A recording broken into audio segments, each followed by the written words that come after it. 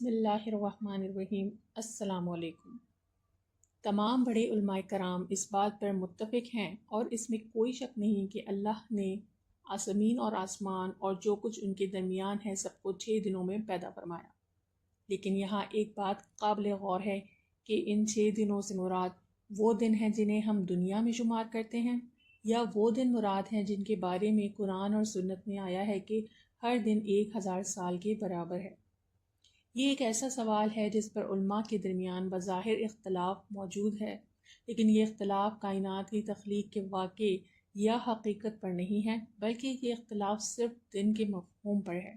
یعنی وہ 6 دن جن کا قرآن میں ذکر آیا ہے، کیا وہ دن وہی ہیں جو ہمارے دنیاوی کیلنڈر کے 24 گھنٹوں والے دن ہوتے ہیں، یا پھر وہ دن اللہ کے نظام کے مطابق ہیں جن میں سے ہر ایک دن 1000 سال کے برابر ہے۔ لہٰذا اختلاف صرف اس بات پر ہے کہ وقت کا پیمانہ کیا تھا، لیکن اس بات پر سب علماء کا اتفاق ہے کہ اللہ ہی نے زمین اور آسمان کو 6 دنوں میں پیدا فرمایا۔ اسی طرح ایک اور سوال یہ بھی ہے، کیا زمین اور آسمان کی تخلیق سے پہلے کوئی چیز موجود تھی یا نہیں؟ کچھ صالحین فرماتے ہیں کہ ان کی تخلیق سے پہلے کچھ بھی موجود نہ تھا، جبکہ کچھ علماء کہتے ہیں کہ اللہ کے عرش کے نیچے پانی پہلے سے موجود تھا۔ وہ اس کے ثبوت میں قرآن کریم کی سورہ یونس کی یہ آیت پیش کرتے ہیں، یعنی اللہ نے زمین اور آسمان کو 6 دنوں میں پیدا کیا جبکہ اس کا عرش پانی پر تھا۔ رسول اکرم صلی اللہ علیہ وآلہ وسلم کا ارشاد ہے، مفہوم اللہ تھا اور اس کے سوا کچھ بھی نہ تھا اور اس کا عرش پانی پر تھا۔ امام احمد بن حنبل رحمۃ اللہ علیہ جیسے معتبر رواہ کے ذریعے یہ حدیث نقل کرتے ہیں کہ ایک بار کسی نے نبی کریم صلی اللہ علیہ وآلہ وسلم سے سوال کیا، یا رسول اللہ، زمین اور آسمان کی تخلیق سے پہلے ہمارا رب کہاں تھا؟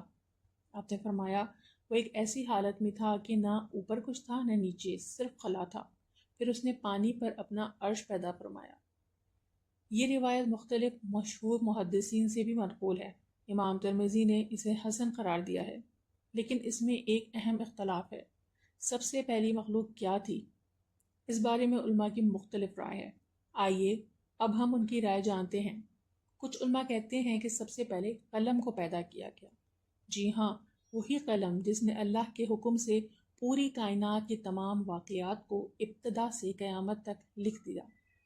اسی طرح امام مسلم نے اپنی صحیح مسلم میں بیان کیا ہے کہ اللہ نے زمین اور آسمان کی تخلیق سے 50,000 سال پہلے ہی تمام مخلوقات کی تقدیریں لکھ دی تھیں۔ لیکن کچھ دوسرے علماء جیسے ابن جریر طبری اور رحمہم اللہ کا کہنا ہے کہ قلم سے پہلے اللہ نے عرش کو پیدا فرمایا۔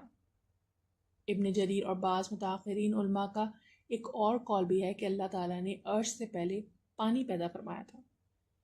ایک اور روایت ابن مالک، ابن عباس، ابو صالح اور مرہ بن مسعود رضی اللہ تعالیٰ عنہم جیسے صحابہ سے منقول ہے۔ ان کا کہنا ہے کہ اللہ کا عرش پانی پر تھا اور اس وقت پانی سے بھی کوئی چیز پیدا نہیں کی گئی تھی۔ ابن جریر نے ایک اور روایت بھی نقل کی ہے کہ اللہ تعالیٰ نے سب سے پہلے نور اور ظلمت یعنی اندھیرا پیدا کیا، پھر نور کو دن اور ظلمت کو رات کا نام دے کر ان میں فرق کر دیا۔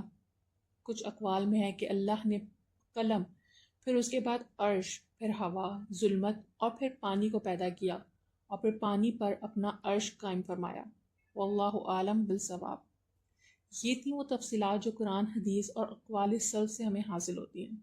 کائنات کے ابتدا، تخلیق کے مرحلے اور اللہ تعالیٰ کی قدرت کا یہ بیان نہ صرف ایمان کو تازہ کرتا ہے بلکہ یہ بھی یاد دلاتا ہے کہ ہماری تخلیق ایک عظیم رب کے ہاتھ میں ہے۔